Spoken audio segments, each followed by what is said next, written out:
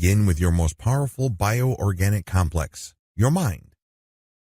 Your mind is your most powerful biological complex. Now, this would surprise a lot of people because most people would focus on the body. Most people would look at the biochemical processes that make up the human body. I am, of course, talking about respiration, circulation, digestion, neural networks, the human brain, the endocrine system, and so on and so forth. But the problem is, physical health can only go so far. Your mind plays a major role in the effectiveness of whatever biochemical compounds are applied to, introduced to, or imposed on your physical body.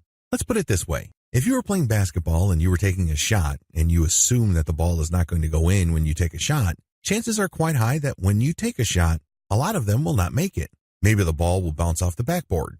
Maybe you won't even hit the rim. Maybe the ball will bounce off the rim. Whatever the case may be, since you assume that you suck at basketball and the ball is probably not going to go through the rim, it's going to have an impact on your physical actions. You're less confident. You're more likely to hesitate. Or you might just rush through the decision process when trying to determine how to make that shot. However it plays out, your belief system gets in the way of optimal action. The same applies to your mind. When you are not psychologically, emotionally, and spiritually there, and these parts of you are not meshing efficiently, don't be surprised if the chemicals that you are taking for depression and anxiety don't produce optimal results. Don't be surprised if you develop certain lifestyle diseases. Your mind keeps getting in the way, and this is why you have to understand how this bioorganic complex works. It is very complicated. There are many different parts to it, but by understanding how everything flows together, you can position yourself for more optimal physical health. Psychological wellness. When it comes to psychological wellness, one of the most common causes of problems involves our beliefs. In particular, beliefs that limit our capabilities. Maybe they limit your self-esteem. Maybe you're not all that sold on your ability to get things done. Maybe you feel that you're not all that worthy when it comes to the good things or the rewards of life. Whatever form this takes, your limiting beliefs have a cascading effect in many areas of your life. You're less confident, which leads to less competence, which leads to less rewards. Usually, real-world success turns on how competent you are. Can you get the job done right? Can you get it done quickly? Can you get it done at the right price? The world couldn't care less about what's going on in your mind. It definitely doesn't care about your feelings. All it cares about is whether you can produce the right results. In other words, it cares about actions. Unfortunately, if you have all sorts of limiting beliefs, you are less likely to take quality actions. In fact, you're more likely to look at the world as a very limiting and even hostile place. For optimal psychological wellness, you have to identify the mental script that you play every day. This is a personal narrative that you don't necessarily physically hear, but it still sends you signals every single day. Ask yourself, what kind of messages do you send to yourself? Do you constantly tell yourself you're ugly, you're unattractive, people aren't going to like you, and that whatever it is that you're trying to do is not going to work? When you find yourself in a situation, do you constantly say, this is going to suck? Do you assume that things are going to end badly before you even try? These come from a certain place. You have to track where this negative self-talk is coming from. If you're completely honest with yourself and you take a lot of time to do this properly, you would notice that they go back to certain beliefs that you hang on to for dear life. The problem is the more you cling on to these beliefs, the more they drag you down and hold you back. They're toxic. They make you feel unworthy. They give you the impression that you're smaller and weaker than you are. Maybe you're thinking that the best things in life are already taken by other people. Maybe you're thinking that when you give your heart fully, somehow, some way, it's only a matter of time until your heart is broken. Maybe you believe that the more you work towards something, the greater the disappointment. So why work so hard? There are just so many limiting beliefs out there. I'm just giving you some common examples. Still, they all go back to the same place. They make you feel smaller, weaker, and ultimately more fearful. If you keep rehashing these beliefs, they get stronger and stronger, and your ability to make things happen in your life becomes weaker and weaker. You get caught in corrosive thought patterns and mental habits that make you less and less effective. You're more fearful. Alternatively, you may seem prideful, but really, blind, stubborn pride is really just a shorthand for fear of change. You need to let go of these. Identify what limits you because you're only as capable as you think. You may come off like a competent and confident person, but deep down inside, if you hang on to these limiting beliefs, nothing's going to happen. You're just playing a role. You're just fooling yourself. Let's face it, ultimately the only person that really knows is you. You know if you are playing a game with yourself. You know if you are just being a hypocrite. Emotional wellness. Once you have done some house cleaning regarding your limiting beliefs and corrosive thought patterns and mental habits, the next step involves your emotions. People who suffer from a less than optimal sense of wellness usually carry around a tremendous amount of emotional clutter.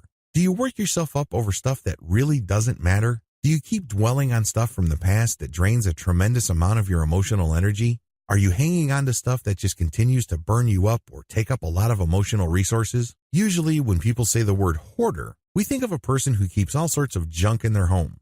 You probably have seen cable TV documentaries of hoarders. It's not pretty. They obsess about keeping all sorts of stuff they can't let go. So soon enough, one room fills up, then they fill up another room. And before they know it, they filled up their own house. It's definitely nasty. I'm sure it smells terrible, but they can't help it. They hang on for dear life to this stuff. Well, the same applies to emotions. You may be hanging on to certain memories. You feel that if you move on, that these negative memories might repeat themselves again. You might be played for a fool again. You might make the same mistakes again.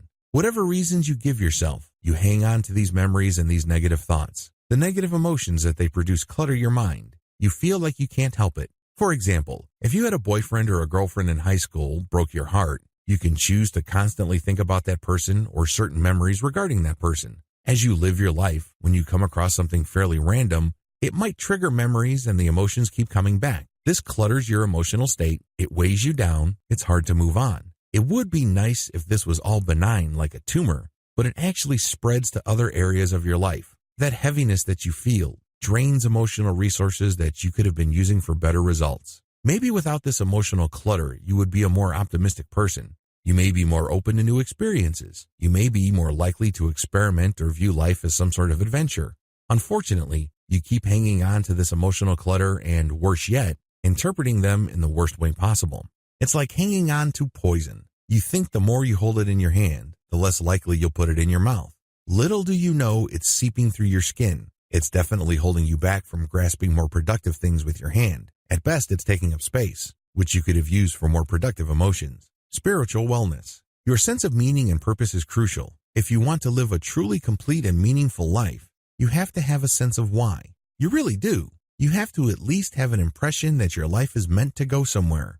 There has to be some grand narrative tying everything together. Again, as I mentioned previously, this does not necessarily have to be classically religious in nature. You don't have to be a born-again Christian. You don't have to necessarily see Jesus or Allah or karma in every aspect of your life. Still, there has to be some sort of unifying sense of purpose. It must feel like a huge river that has a general direction. Unfortunately, as we get older and live our lives, it's very easy for us to turn a blind eye to spiritual pollutants. Spiritual pollutants involve internal beliefs that we come up with based on stuff that we observe. For example, if you keep hanging out at online forums where members make fun of each other and constantly tell each other to kill yourself, don't be surprised if your reading or interpretation of that corrodes your sense of hope. If you hang out with people who keep saying that life is pointless, or you expose yourself to entertainment that gives you that same message, don't be too shocked if you feel that life is purposeless. You have to be very careful what you feed your mind because ultimately this can infect the central question of your life,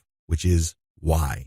Spiritual pollutants are everywhere. Even if you don't watch TV, you can be reading online articles, hanging out on forums, consuming certain social media content. The list is endless. Whatever form and shape they take, spiritual pollutants always try to corrode, degrade, or cheapen your sense of spiritual value. The moment you think that your life is purposeless by nature, then you know that your spirit has been polluted. If you feel that there's really no purpose or meaning to your life, then you have been absorbing spiritual pollution.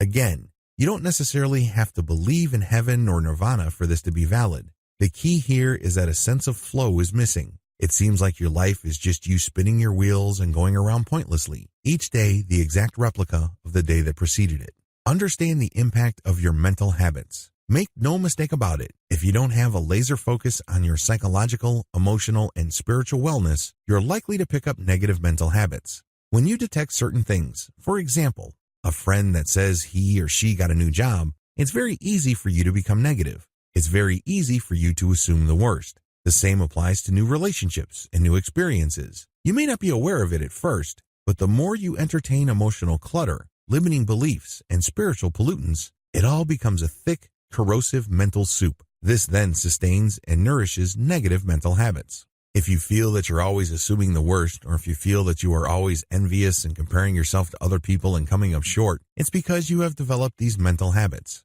The good news is, just like with any other habit, you can break them. Seriously, The first step, of course, is to be aware that you have these habits: mental, emotional, and spiritual dysfunctions. What's the big deal about having negative mental habits? What's the worst thing that can happen if you have limiting beliefs, suffer from emotional clutter, and surround yourself in a toxic sea of spiritual pollutants? Well, if that is your internal psychological, emotional, and spiritual environment, don't be surprised if you feel depressed. That's right. Regardless of how much money you make, regardless of how much stuff you have, and regardless of how well off people think you are, you can't help but feel sad. You can't help but feel that there's something missing in your life. Now, this is not just a simple case of personal disquiet. Depression can really sink into your bones. In fact, it doesn't matter how positive things are. You might win the lotto and get millions of dollars. It would still all feel pointless, sad, shallow, and empty. Depression is a real threat, and according to pharmaceutical industry figures, more and more people are getting antidepressant medication. This is called the Prozac effect. Now, a lot of this may be due to overprescription.